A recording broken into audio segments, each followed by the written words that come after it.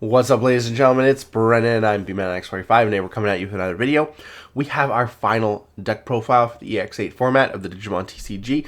This is another deck that is not new to EX8, but it's had some cards that we've changed around and updated with the new additions of some of the EX8 cards that are really good in lots of different decks. And of course, this is Mirage-Galaxy. This is my blue deck, which is like a blue-red deck. There's a lot of red in this format. Gotta tell you, but this is updated Mirage-Galaxy.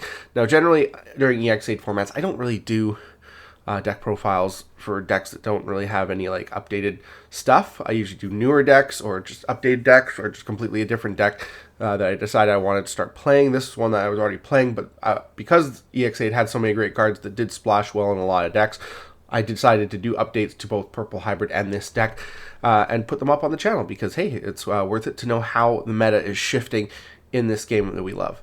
But hey, let's get into it and let's talk about what we've changed and how the deck's running and just about how this is still a broken deck in the meta. And hey, if you enjoy this type of content, be sure to smash that like button, comment down below, love to hear your thoughts, subscribe to the channel, and hit that bell for notifications so you don't miss a single minute of the fun. Alright, without further ado, let's get into it. And of course, we have 4 Sunmon, the main egg.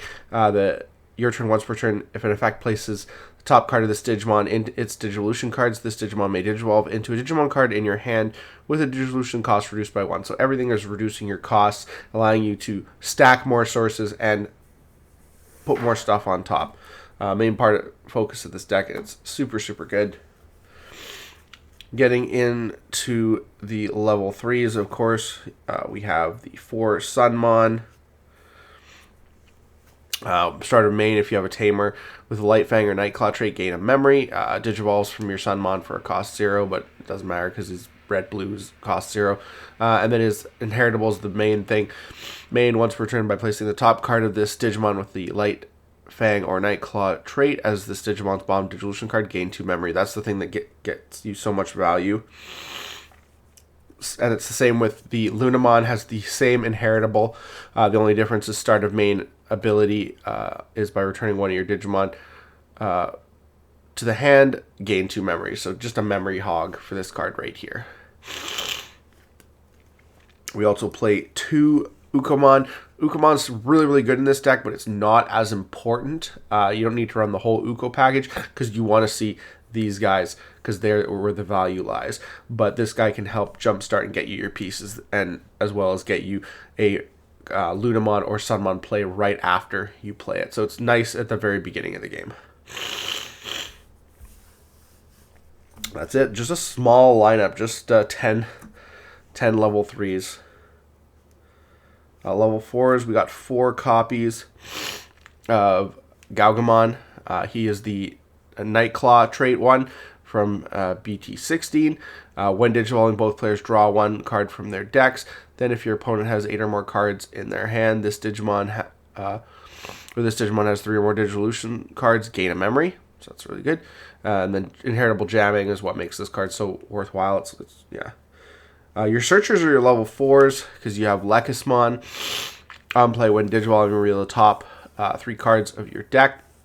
Add 1 with the Nightclaw trait and 1 card with the Light Fang or Galaxy trait among them to the hand. Return the rest of the bottom of the deck so you can get 2 hits. Opponent's turn plus 2,000 Inheritable. And then you can play it for 4, Digivolve for 2.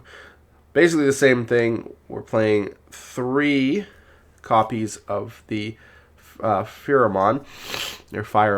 He does the same thing. Other than your turn, you get the plus 2,000 Inheritable, and then basically he does this thing. It reveals, adds 1 card with the Light Fang and 1 card with the Nightclaw or Galaxy trait. So basically the same thing. Blue is usually more important in this deck, which is why we usually play more. I think we cut 1 because 11 level 4s is good enough. But yeah, that's why. Generally, the blue stuff, because it's a Mirage Gaugamon deck, is a little bit more important than the red. But the red is actually really important too. 2 copies for level 5s of Honkunmon.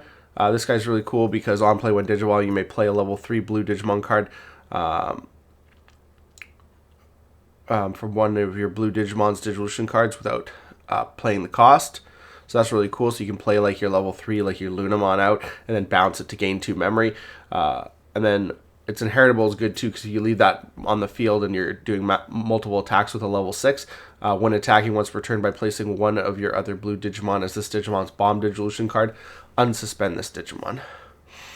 So that's really good. So you can get multiple attacks in by putting that Digimon back if it survives. So that's good. We also play 4 copies of Cressamon. That's your main Nightclaw one. It's going to Digivolve for 3, or when this card would be Digivolved into if you have a Digimon with 3 or more Digivolution cards and the Nightclaw, Lightfang, or Galaxy trait, reduce the play or Digivolution cost by 2. So you can Digivolve for 1 just by doing the combo with Lunamon and or Sun or Coronamon and your Sunmon to have at least 3 sources, and then you can Digivolve for 1. So you can basically Digivolve, you can put like a level 4 on the bottom, re-Digivolve into a level 4 for 1, and then Digivolve into for 1, and then you get the 2 memory from the Lunamon, so that basically equals out to 0. 0 memory used. And then on play, when Digivolving until the end of your opponent's turn, one of your Digimon can't suspend, and then again, opponent's turn plus 2,000 inheritable. Flaremon, same thing. He could Digivolve for 1 if you have at least 3 sources in your Digimon with the Nightclaw, or Galaxy, or Lightfang trait. And then on play, when Digivolving, delete one of your opponent's Digimon with 5,000 DP or less. And then again, same thing. Your turn plus 2,000 inheritable. So basically, you can be buffed on your opponent's turn or your turn. So it's good either way. That's it for our level 8s. Or level 5s, just 8 of them. We're only playing 3 Mirage-Galaxy this time because the deck space is tight. Of course, when Digivolving, return one of your opponent's level 5 or lower Digimon to the owner's hand. If no Digimon was returned by this effect, your opponent adds the top card of their security stack to their hand.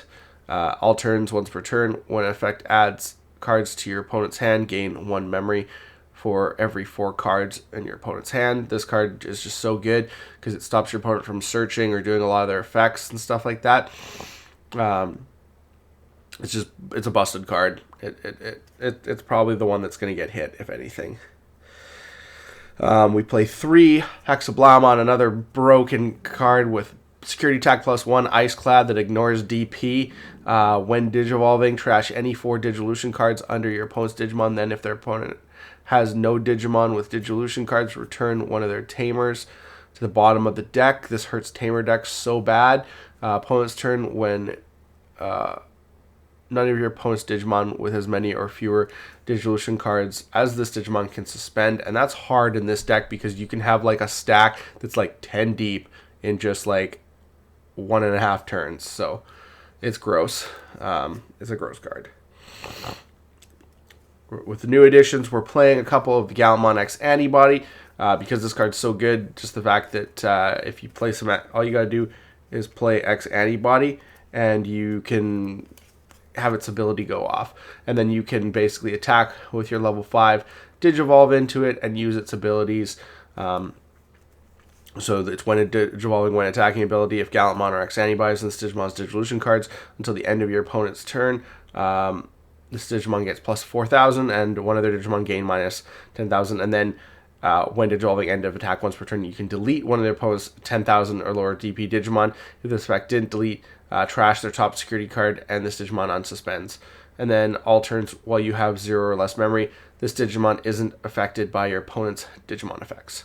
So it's so good because you have a 16k body, isn't affected by effects on your opponent's turn. By Digimon effects, and can pop their big stuff and DP reduce them, and it's a blue, so it's good for it's a blue and a red, so it works for this deck on either of the level 5s. So that's really good.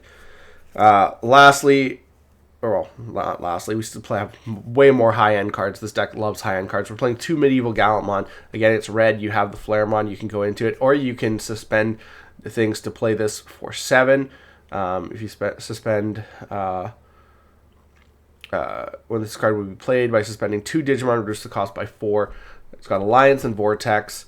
When digital, you may suspend one Digimon, then you may delete one of your opponent's 8,000 DP or lower Digimon. For each other suspended Digimon, add 1,000, or sorry, 3,000, I think 3,000, I can't see it in the light, to this DP deletion effect maximum. And then all turns when Digimon are played, not played by effect, just played, you may activate one of this Digimon's when digital effects. It's really good.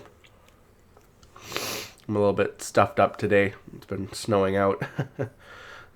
We got more high levels, but I'm running out of room here, so I'll put them over here. Just tons of high level cards in this deck. Playing one Gabubon, because having an ace option on your level 6s is nice. So I can blast Digivolve or Digivolve for 3. And then on play, when Digivolving, return 2 of your opponent's Digimon with as many or fewer Digivolution cards as this Digimon to the bottom of the deck. Again, not hard in this deck. When attacking once per turn, if you have a Tamer, this Digimon unsuspends. So that's really good too. And of course, one Paladin mode is another ace option, because putting all your opponent's stuff from the trash and back on the deck is really good, or putting your deck back on there in case they're trying to mill you out is also really good. And then when attacking, by returning one of your opponent's Digimon with no Digivolution cards to the bottom of the deck, unsuspend this Digimon, so that he can get multiple attacks in and basically win for game if you have a bunch of if he strips your opponent's stuff and they have a bunch of stuff on board. So really, really good. Those are the Digimon there. Yeah, that's all we're running. Lots of hot top end. For Tamers, of course, we have the Ko and Sayo, which is start of your turn memory setter, and then on play main by suspending this Tamer and placing the top card as of one of your Light, Fang, or Nightclaw trait Digimon as that Digimon's bottom Digivolution card. One of your Digimon may Digivolve into a Digimon card in your hand without paying the cost. So yeah, the great thing is you can do some pretty cool combos with this. Potentially get free Digivolutions, which is always really, really good, and continue to grow your stack. It's the other combo piece with Sunmon that makes this deck really broken. Once you get this, plus your Sunmon and one of your Luna or Corona, it's really game over for your opponent because it's super, super fast. Options, of course, we're playing 2 X-Antibody because we have the Almon X-Antibody.